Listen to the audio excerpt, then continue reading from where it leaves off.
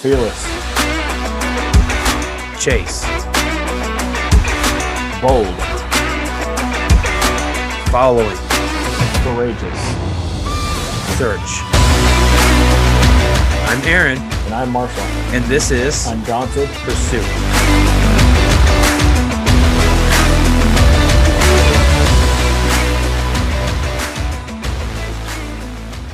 Get this adjusted here. But anyway, welcome to Undaunted Pursuit podcast. Awesome. Pumped to be here. Heck yeah. No, we had, it's been awfully hectic here lately. I'm sorry I didn't, normally our onboarding process to get guests on here, we would send you a list of questions, but I never got around to it. I'm so busy. No worries.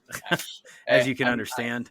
I tend to be pretty good at winging it anyway, so That's good. It kind of works out that way. Well, I don't think we're going to talk about anything that you can't answer anyway. I'm not going to put you on the spot, you know. Yeah, I'm going to shut this window behind me because otherwise that'll work better. So, yeah. But anyway, no, I'm just getting off of work now, and well, see, I'm over on Pacific time zone and you're on the Eastern, so yeah, you can't get too well. You can get a little bit further from me, but not too much. Yeah. Right? Yeah. So we got one of our guys, he a freestyler, he's out of Utah. Mm-hmm. And everything. So Salt Lake City is where he's from. Oh, sweet. Yep. So, we go there quite often. So yeah. Yep. We love, because that's the halfway meeting point for my in-laws to pick up, you know, if we wanted to meet and they wanted to see the kids or something, that's halfway because they live in Phoenix. Oh, okay. So I'm a West Coastie. I like the West Coast. I don't know. That's where I was born and raised out in Los Angeles. So. Oh, cool. But so I really enjoy the West Coast, but God has us on the East Coast right now. So nice. Nice. Well, we better introduce you. This is we've been talking so far here, but we got a new friend of ours, Tim Wilkinson from Zero Gravity Outreach, and we're glad to have you on the podcast. Yeah, pumped to be here. It's awesome. Yeah, you've been busy. Oh, it's crazy, but it always is. It's all good. I'm glad you were able to find some time out of each of our busy schedules. I've been in the woods. I've been in the woods hunting for the past 4 days, so I'm just getting back to reality. There you go. You just pulled the gloves off from gutting your whitetail or something? Or? Yeah. Sure enough. Well, crazy story is I shot a buck, and like as soon as I shot him, he fell down and he laid there for a minute, and I put another round in. And I was sitting there waiting for it, you know, because normally I'll just sit and wait.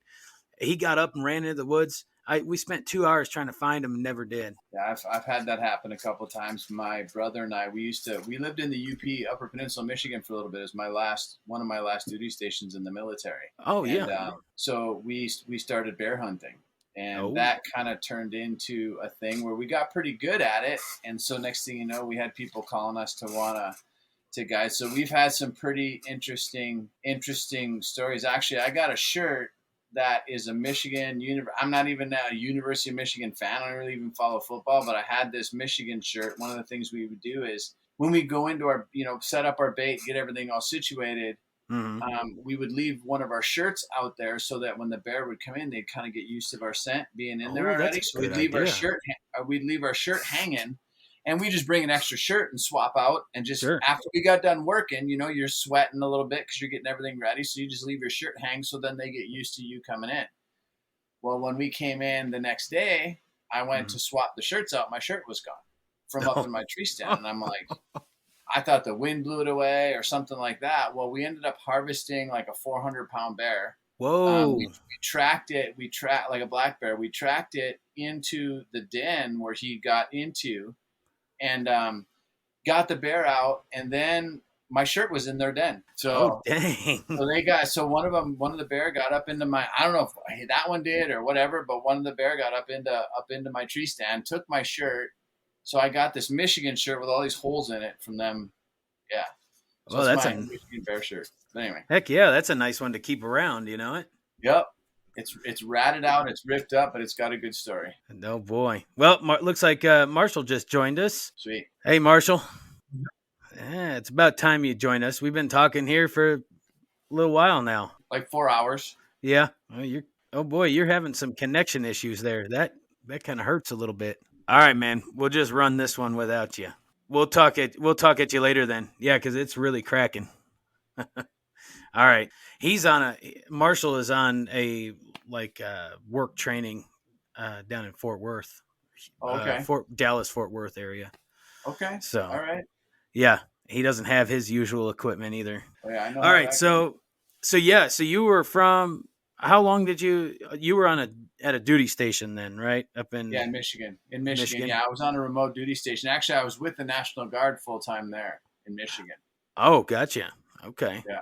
Were you always National Guard, or where did you get your? No, I started in the Air Force. So Oh, nice. enlisted in the Air Force as an aircraft mechanic. I worked on reconnaissance planes. Hmm. So did that for the first portion of my career. And once my wife and I got married, about 2 years into it, it was a hectic pace because I was just gone. When our aircraft would leave, Yeah. I would go with it. Cause like I said, with the reconnaissance birds, we had a specific team that has security clearances to be able to work on those specific aircraft. And so when they would leave, our team would go with. And so sometimes I'd be home for a week, sometimes 2 weeks, and then I'd be gone for 2 months or whatever. And so it was just a very hectic operational tempo. Hmm. Being a single guy, no big deal. But Right.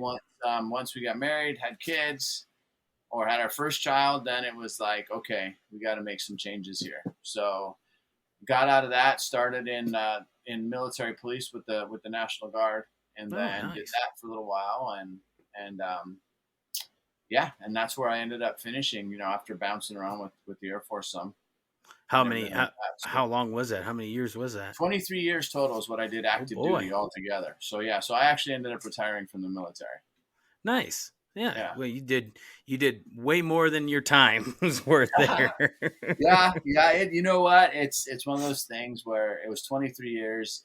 I wouldn't trade it for anything. I loved my time in the military. I mean, there's ups and downs, but at the same time, I'm enjoying retirement now, which gives me my wife and I the ability to do ministry. Yeah. You know? Well, let's get into it. Yeah. How did you come up with, or how did God inspire you to start zero gravity outreach? That's a very interesting story, kind of, I guess, to me anyway. I didn't accept the Lord till I was 30.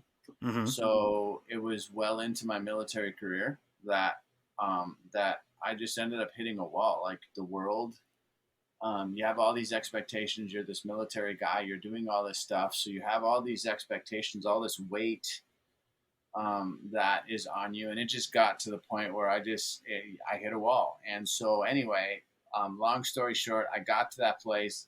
God got my attention because I had nothing left in the tank. And once I became a Christian, I was like, okay, God, now what? And the problem for me is once I became a Christian, I was too wild for the people at the Yeah. church, but yet at the same time, I didn't fit anymore in the direction my life was going previous to that Sure. time, with that. So I didn't really fit anywhere. Like I was like raced motocross growing up, did the whole skateboarding thing out on the West Coast. We'd sneak into swimming pools, and when they were in the wintertime and go skateboarding and all that stuff. And but so I was like, okay, God, well, people at the church think I'm too over the top. Obviously I can't go back to where I came from because, you got a hold of me now and I don't want to anyway. Right. And so now what? And so he gave me a vision so I came home one day, and I told my wife, I'm like, God told me to buy a dirt bike. And she just started laughing at me. And she's like, you don't need to use God for an excuse to buy a dirt bike if that's what you want, or whatever. And I'm like, no, really. He told me, he told me to buy a dirt bike. And then I gave her this vision Yeah. that he showed me a vision of doing extreme sports, freestyle motocross, drift cars, all that type of stuff. And we were going to share the gospels. And I shared this vision that I had I didn't even have a bike anymore yet or any of that type of stuff. And so I said, God gave me a vision where I was standing on top of the mobile landing with my hands up in the air saying, praying over people. And other people had their hands up and they were dedicating their lives to the Lord. And so she's like, she thought I was nuts and everything at first. And then, so I bought a dirt bike. We bought some cameras. We bought all these things. And there was a long story short. That started in about 2006.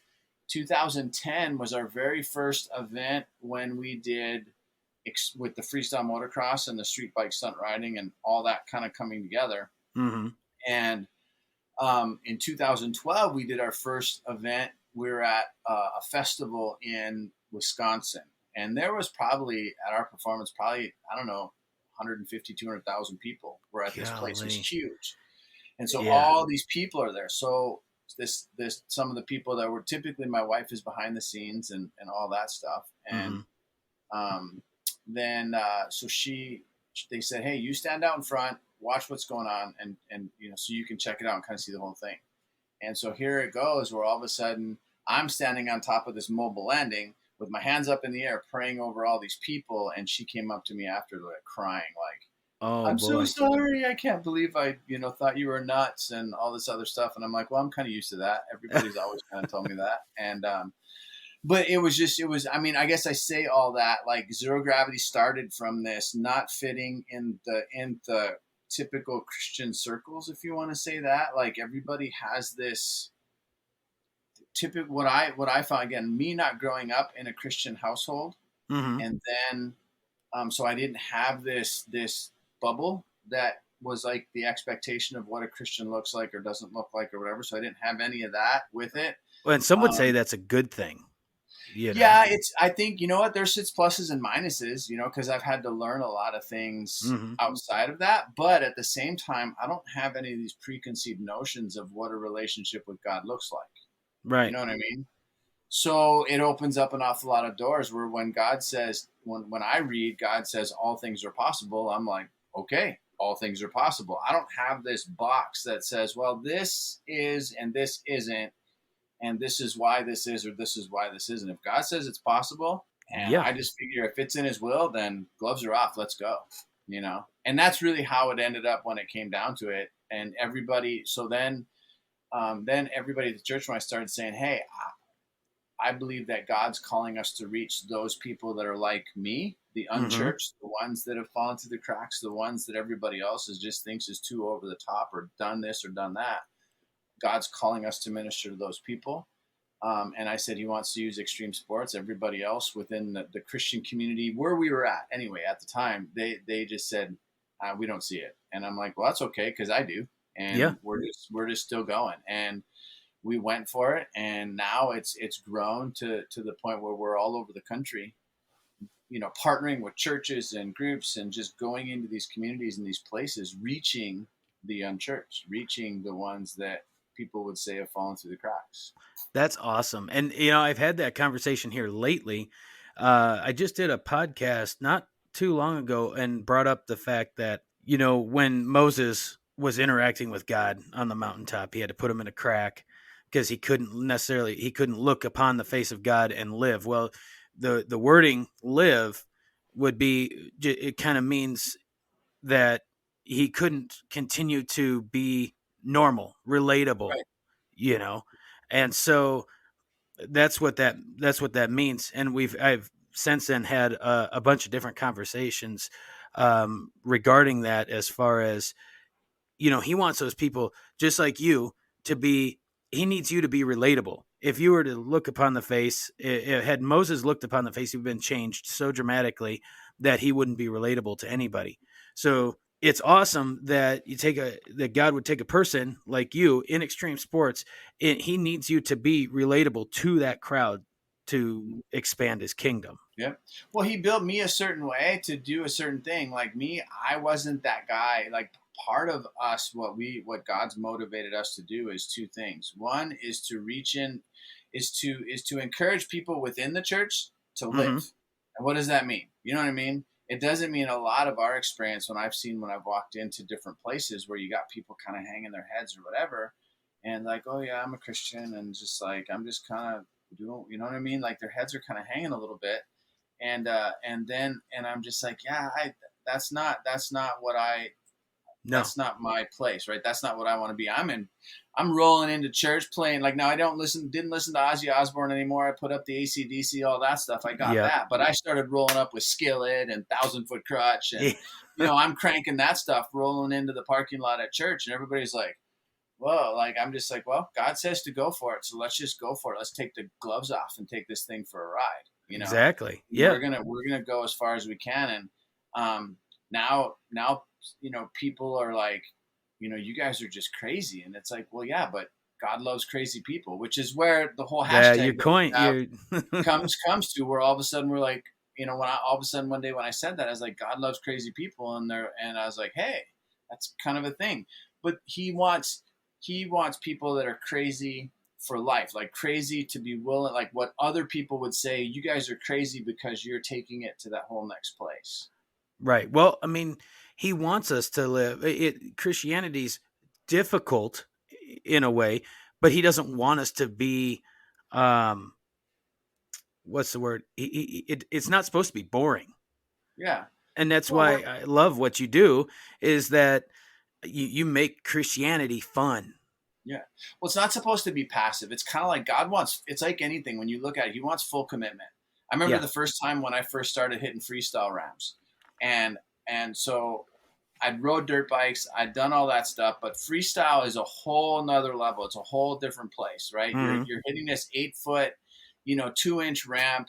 It's, it's got this certain thing, and it's launching you 40 feet in the air, 75 feet in distance, right? And so this thing, when I was running at it, it literally looked like a wall, like you're running up this wall. And so you go, and I peel, like the first probably hour and a half, I'm charging this ramp, I peel off, charge the ramp, peel off. I would just totally bail on doing it. And then, and then it gets to the point where you hit this one spot when you go, you're fully committed and you're not turning back, right? Yeah. There is no, like, if you turn back, you're going to get hurt, you're going to die, something bad is going to happen, right?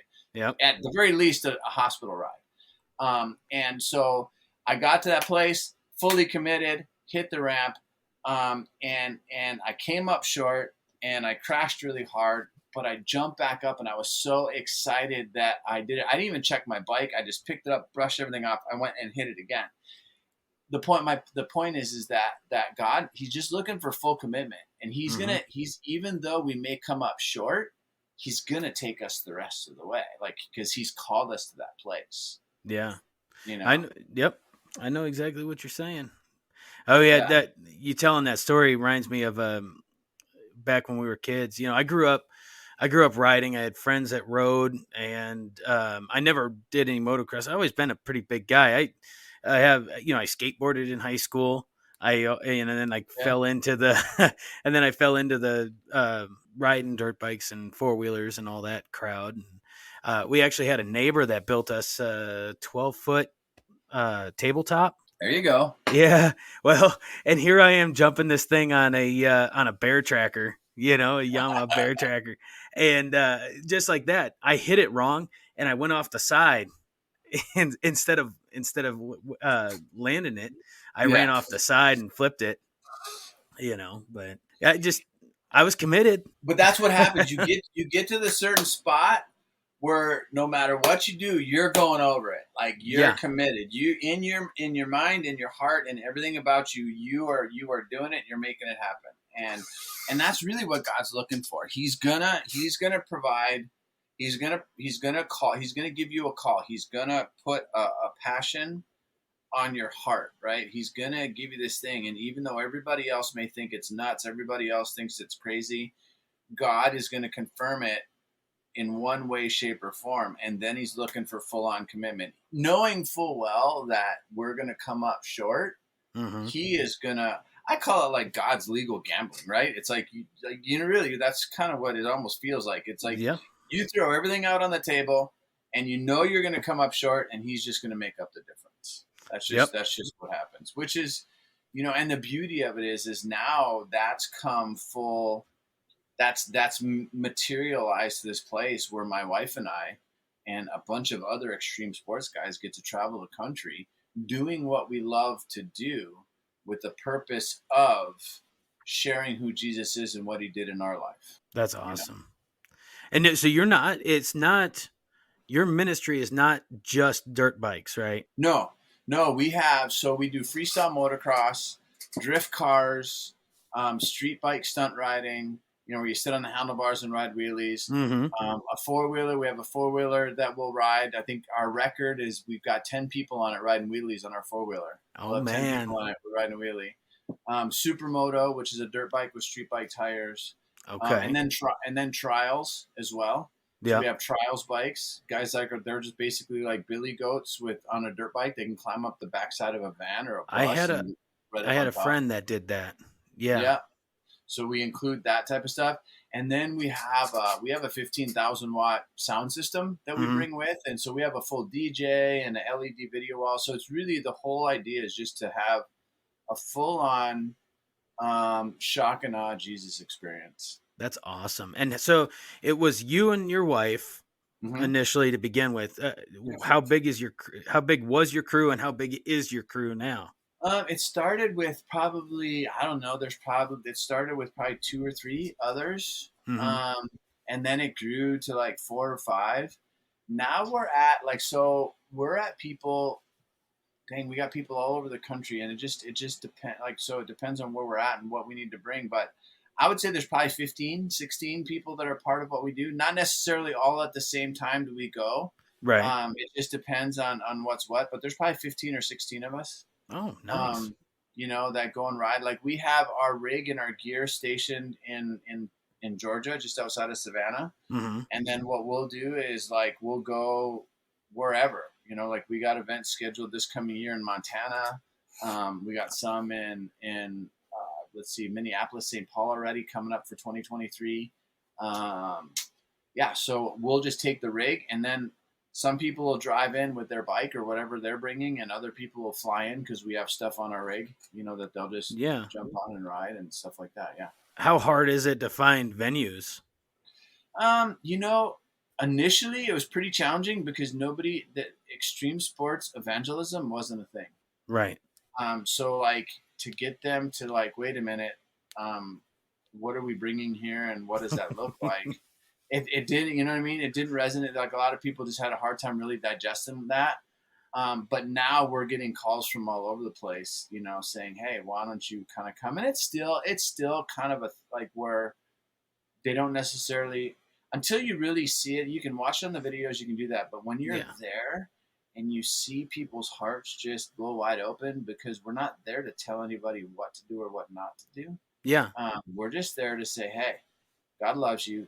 He wants to meet you in your mess. We all got our mess. A lot of our guys have struggled through addiction and all sorts of different things. And so we're very upfront and honest about it. And once people experience that and they see the people that come, because it's not the people that tend to come to our events aren't people that would typically darken the doorstep of a church or go to a Christian event.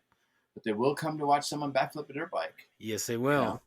And so again, we're not pushy in any way. We just say, hey, this is who we are. This is our act of worship. Mm-hmm. And that usually twists people up a little bit right up front. Like, wait a minute, dirt bikes, worship, it doesn't quite mix in their mind. It doesn't jive to the social norms. No. And but it opens the door, okay, all right, that's them, this is me, and they'll watch. And then they come to a place where when we share the gospel at kind of like the apex of the performance. Mm-hmm. Then that's, people are just like, well, all right, so, and then I got our cat jumping up on my things here. So anyway, yeah. So as far as finding venues, it's really not difficult at all. People, once they experience and once they see it, then that's pretty much that. Then they're like, man, we want you guys to keep coming back. Heck yeah. I'm definitely going to have to, because of the impact it makes. But sure. Yeah. I'm definitely going to have to hit you up and find out when you're coming to Montana. I got to look at the dates because it's not 100% confirmed yet. So I want to say it's June. I think it's 11th. I think. Yeah, because you can't travel there in the wintertime. No. And then you would know, fire season. They said that's the one thing up that way. It's Troy, Montana. Okay. And so fire season, they said it can get like a lot of smoke and a lot of stuff. And even though the fires aren't right where they're at, it tends to kind of congregate wherever they're Yeah. at. Well, and So it just gets smoky all around yeah, here every year. yeah, Okay, so speaking of snow, though, we had talked earlier, and you had done some snowmobiling, right? As yeah. initially, or I can't remember if it was initially or if it was, and that's you transitioned back into dirt bikes, Yeah. right? When we lived in Michigan, it was the Upper Peninsula of Michigan. Some friends of mine, I've always been into the extreme sports. Anything with race fuel and with enough power that you can get yourself hurt on. I was Yeah. always like, let's give her a go. And so they were into the powder snowmobiling Mm-hmm. in the Upper Peninsula because there's some of those places up there that I want to say one place their record is 490 inches of snow. The Golly. lake effect and all that stuff. Yep. So it's comparable to what's out west and all that. So Even probably more too. I don't know. We started. There were some places we'd go up to British Columbia, Revelstoke, British Columbia. We Mm-hmm. did the whole Montana thing, Washington. So we started going on little tours in the wintertime. We'd go up and try and find the deepest, steepest stuff we could find. And so I had a Skidoo Rev that was built pretty good, and so Mm-hmm. we would go and go snowmobile, climb some of those mountains out there, and get into some pretty sticky situations Yeah, that's pretty with nuts. those things. But yeah, so I did the snowmobiling, and then after a couple avalanches and some of that stuff, because you get into the climbing season, it tends to be where the snowpack is conducive to avalanches. You start getting into the March April timeframe, Yeah, and some of that stuff starts to slide. After a couple of those close calls, that's when it was time to kind of put that one up. I got you. Just a little too dangerous. Well, it was a matter of risk versus reward. It's like, at that point, I was a believer, or am, I was a believer at the very beginning and like seeking what God wanted me to do. And we started zero gravity, but it wasn't, and God was just like, hey, you know, this is cool and all, but this isn't necessarily the purpose. So it was Yeah. like, you know what I mean? The impact that was being made through the snowmobiling wasn't quite like it is with what we do now. So Mm-hmm. it just had to refocus, I got you. you know. I got you. Yeah. Let's see here. So I had. Oh shoot! It logged me off here. So what kind of does every event? What is it? What is it like? Do you have to tailor it to the place that you're going? Is it motocross one place, or is it a mix of all these extreme sports, the skateboarding, the four wheeler pile on, or Yeah, however you whatever the quad quad pile. pile? Yeah. Yeah. Is Yeah. it all in one shot? It can be. It can be. I mean, that's really the beauty of what we do is we pretty much tailor stuff specific. I mean, because otherwise, like we could literally fill a football stadium with ramps and all that stuff, and Mm-hmm. football field and load it down and literally drop the X Games, the Fast and the Furious, and the Digital Rock concert in in a football stadium. Sure. But yet at the same time, we can have it be on a smaller scale of things where maybe we just show up with a couple things and do some wheelie, the stunt riding type stuff. Yeah. So it really, it depends on the room that's available. It depends on the budget people do have. Cause it's not a cheap thing by any means, just because just one of our bikes is 10 to 15 grand, Right. after it's all said and done. And one crash, those things can be toast. They're basically just scrap metal at that point. But yeah, most of it's all it's tailored specific for it. But we do have what we call our performance menu that kind of gives people a place to start and say, Mm-hmm. hey, here's some ideas, here's some things that we can do. These are the costs associated, the room that's necessary, all that type of stuff. And then from there, it's like, but we can tailor it and move things around, for whatever you want us to do. That's cool. What kind of bikes are you running? Everybody's different as far as the riders. I ride a Honda CR250. It's an older one. That's one of Okay. the things. It's a 2-stroke. Mhm. So it's a little lighter. It's just what I like to ride. My Supermoto is a Yamaha 450 4-stroke. Okay. A little torquier, built more. It's really a lot easier with the wheelies and stuff like that. Yeah. The four-wheeler is a Kawasaki 400. It's not a big powerhouse, but the balance and everything about it's really, really good. Some of the other guys, like they run the YZ250s. That's pretty much one of the only two strokes in production anymore. KTM has them. There's a couple others that are out there, but a lot of the guys are going to the 454 strokes for the freestyle. Yeah, I've seen that, and it seems I've seen especially the two strokes being moved away from. Yeah. Here lately, they're not as available. And it's just really personal preference. I love riding the two-stroke. I love the sound. I love the smell. There's just, you know what I mean? They're different. But I do like riding my four-stroke as well. They're scary fast though. Yeah, the four-strokes are just, the torque is there. It's just, you can be a little lazy. I hate to say it this way, but you can be a little lazier on a four-stroke, but just as fast. Just because you don't have to shift as much and all that. But they are a little bit heavier, so you got to work a little harder. So it just, it's really more personal preference.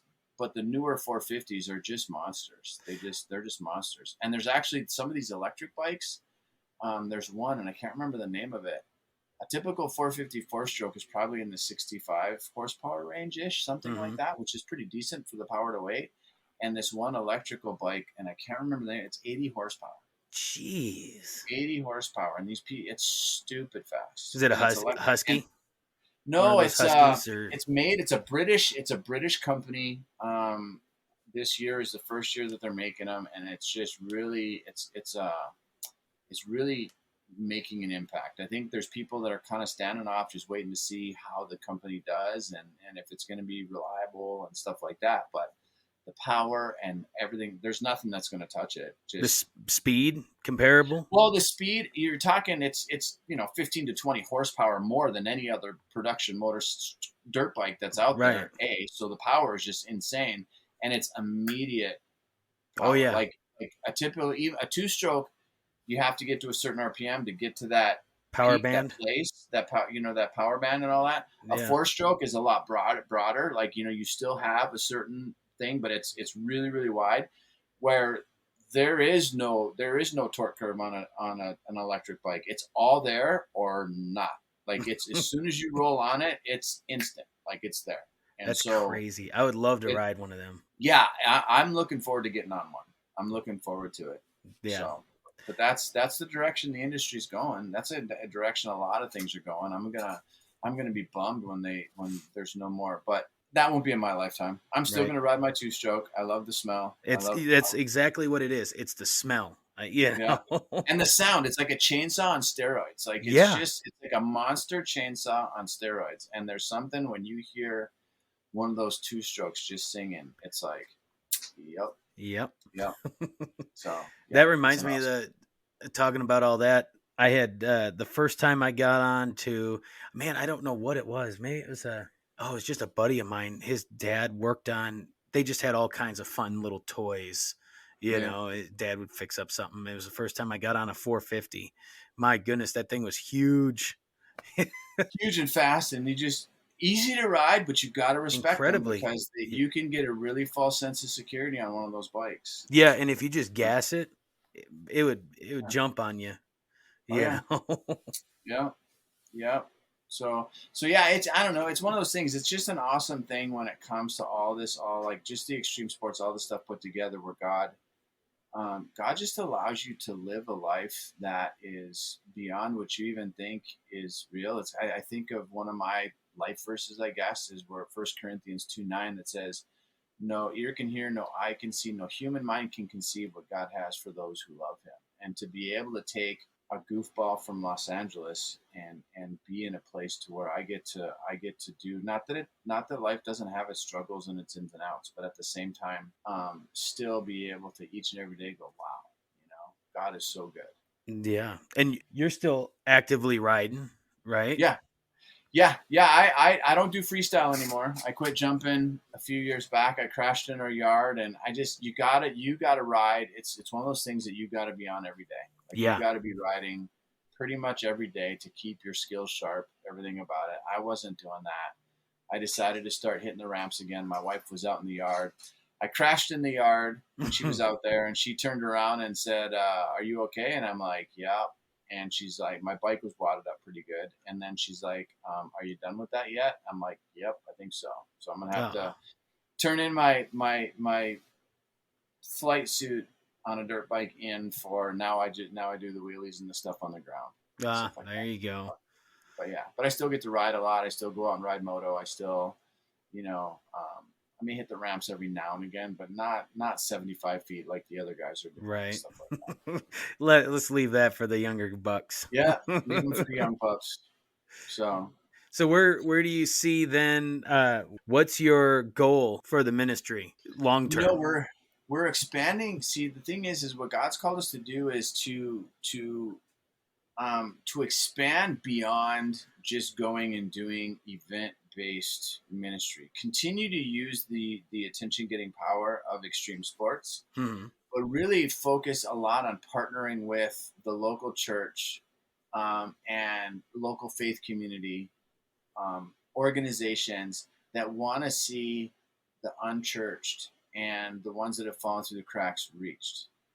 It's just nowadays, I mean, especially in the last 2 years, just society has changed so much, and the ball has moved so much that I think when you look at like a lot of churches and stuff, they're having a hard time. Like, how do we reach these people? Like, number one, the language is totally different. You know what I mean? Like, how are we to identify, and how do we reach those people? And it's not that they don't want to. It's just it's changed so much that it's a hard thing to kind of keep a hold of. So now what we're putting together for 2023 and forward is to really provide resources to teach and train evangelism within that specific community, because it's just a whole different place now.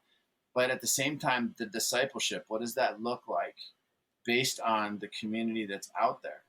Because if you look at what's going on, there's just so many more people running from the church than running to the church. And that's just a reality. Like, Barna did a study where they're saying now that only 47% of people in the United States are actually like associated with the church. Right. So that means 53%. That's the first time that's ever happened. You know, is in that place. So with that being said, there's a disconnect in somehow, and some of it is because I think that it's just the ball has moved so much. The other thing is the enemy has been very active in polluting people's mind into what church is. Exactly. You know? Yeah, I agree. And so now what we're there is we're kind of like that group that has the ability to bridge the gap. We have an ability to reach a group of people that are very difficult to reach. I mean, they actually come to us. And then we have, just from my military background, it's like a battle handoff. Like, we'll go in, it's kind of like we're God's special forces. We go into this place where most others can't. And we're able to reach those people. And then in that, we bring them, we do this rescue operation. We bring those people out and connect them to the local church to be able to do that. Now, with that being said, though, you can't disciple the way that it was done 10 years ago, or even sometimes 5 years ago. It's just different. So now we have training and stuff that that we partnered with a group out of Houston, Texas, to be able to, called Eyes on Me Inc. And they have this Disciple the Streets program. So we partnered with them to implement their discipleship, evangelism, and discipleship training. So now, before we even go in, we'll teach and train people. This is what's coming. These are the type of people that are going to come, and get them prepared for that. Yep. So then once we're there, then they know what's coming. And once we leave, they can take the ball and run with it. And they're not going to be like, okay, we have no idea what to do with these people, because it's so out of whack. I think some people get scared, like some people within the church. I mean, you get, you take, okay, so let me back up. And, somebody that hasn't grown up in the church and stuff, they have a perception that you're going to run into a bunch of judgy people. And then the people in the church, see a guy like me or whatever, somebody that doesn't look like, I don't dress up, Yeah. And it's just, I think it's all stereotypical. that we have to get over, because there's some a lot of miscommunication. Exactly. Really, for lack of a better word, just a lot of miscommunication, because I go in places and I'm like, I'm sleeved up with a tattoo and stuff like that. I'm working on one right here. Yeah. And I got another one up here that I've been. Yeah, I got my next session. So I got this stuff here, and then it goes all the way up and in, and then. Oh, that's awesome. I love that one on your shoulder there. Yeah. Well, it's all, so it's all part of my transition from being a warrior for the country to being a warrior for the kingdom. Yeah, there's a whole story behind it. So when I do talk to people, it's like, they're like, holy cow. And then you'd be able to kind of share. Oh, and for the people that aren't going to be watching this, because we don't have a video edition, we don't have this on video right now. Oh, gotcha. We're talking about ink. Yeah. We're both inked up Christians. So yeah. So it's one of those things. So yeah. So sometimes, and then you have the people though, that what they do is they're like, man, I've made too many mistakes. I've done too many things wrong. They don't want me there anyway. And that is such a lie from the enemy. That's true. God is just, it doesn't matter who you are, where what you've been through, what you've done, where you're coming from. He wants you in their life. If there's no rules in that. Like whatever it is, just look to God. He's going to take care of it from there. You don't have to come there all cleaned up and looking pretty. He's like, you just roll in and whatever mess you happen to be in, and he's going to clean you up after that. Well, here's a fun story. I was talking with a guy, and I was like, oh man, I gotta get prepared for this podcast. This was several weeks ago, about a month ago or so. And he's like, oh, what's your podcast about? I was like, oh, it's a Christ-centered podcast. We talk about Bible and we have guests on and all that. And he's like, well, you don't look like a preacher. I was like, man, that's the beauty of it. Yeah. It's like, that's the goal is, I don't look like a preacher. And that's not exact, we're just trying to do our part to bring people to God's kingdom. Well, yeah, and especially if someone ever tells me that, because I am a pastor now, I've gone through the whole process for that stuff. If someone comes to me and says, "Man, you don't look like a Christian or a pastor," and I'm like, "Well, thank you." Yeah, you know what I mean? Because it's like, I don't know what you're thinking it's supposed to look like, but obviously, it's not what it is. Well, it goes into everything that we've been talking about. Why you got into the ministry you got into, it's stereotyping. Absolutely. And the thing is again, when I was younger, I was just that guy that, I grew up, in a Spanish community. Half my family's Spanish from out in California. And it's like, so very heavy Catholic. And again, nothing against any of that type of stuff, but right. It was just kind of one of those things that, when I saw what I did see, I was like, yeah, okay. Yeah. That's great. There is a God, but he's got way bigger things to worry about than me, and that's really what I looked at. It's like, God, you do you, I'm going to do me. But there was a whole big circle that came around where me and the wall hit pretty hard. And God's like, okay, now are you ready to look my way? Yeah. And everybody comes to that place. You get to that place where you run out of gas. You just got nothing left in the tank. You're at a place where you can't do it on your own anymore. Mm-hmm. And you have no place else to look but up. And for some people that could very well be a deeper and a darker place than others. And for me, it was a pretty deep and dark place, but, and hopefully there's others that don't have to get to that level, but sometimes some people may have to go a little deeper. I mean, that's just the reality of it. Sweet. Well, hey man, I think we're starting to get a little low on time here, but where can people find a schedule if they wanted to come see to one of your events, or is there anything set in stone here? I know you're busy next week. I think you're getting ready to do an event, aren't you? Yeah, we have an event coming up in Statesboro, Georgia, just outside of Savannah. That's the 29th of October, Saturday the 29th. Most of our events, we really encourage people not to charge, just get local sponsorship to cover, so it's free. Oh, that's awesome. This event is one of those free ones where it's like, hey, just come. And there's no charge. There's no place to get in. But the best thing to do is go to zerogravityoutreach.com. That's our website. That'll have some updated stuff. Some of the don't have it updated for 2023 yet. Okay. But that'll be coming here probably in the next 30 days or so. Perfect. And then as we start locking in specific dates, but jump on our Facebook, Facebook Zero Gravity, look up Zero Gravity Outreach. Make sure you have the outreach part in there. Yeah. Because otherwise you'll get those zero gravity plane rides and all that stuff.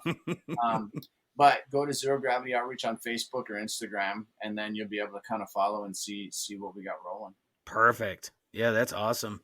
I know I'll be checking it out because I want to catch that Montana one. I know there's a lot of videos on there, and we're going to do more. We're actually working on, we bought a side-by-side, so we're going to work on backflipping that. What? We'll see really? How that, we'll see how that goes. We're for sure going to try and put it together to do some drifting with it.